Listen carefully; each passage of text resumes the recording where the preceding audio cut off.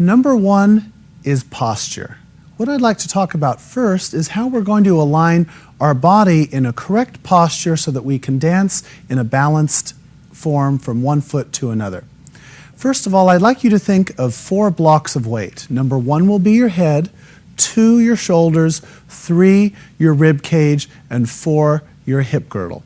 What I'd like you to focus on is that those blocks of weight, as we bend our knees or we go up on the toes, are going to be perfectly aligned. So for this example, I'm going to use a chair to give you a better feel for this. Now what I'm going to do is sit in the chair, and I'm going to try and sit with as straight a posture as possible, feeling that those blocks of weight are perfectly lined up. So of course we don't want to arch our backs, lean back, or of course lean forward. Okay? Now, you're going to feel that the abdominal muscles are pulling up in a lengthened fashion.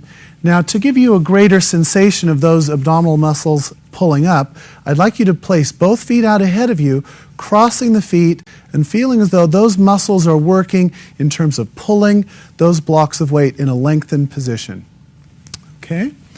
Now, of course, in dancing, we have many different positions where our blocks of weight are going to change from a vertical position through different sways, which we will discuss later in terms of sway.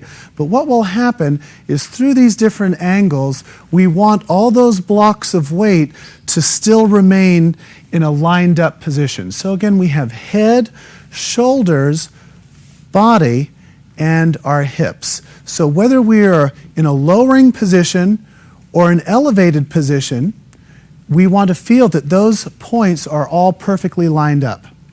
Now the next thing I'd like to bring to your attention is where are the blocks of weight relative to your feet, okay?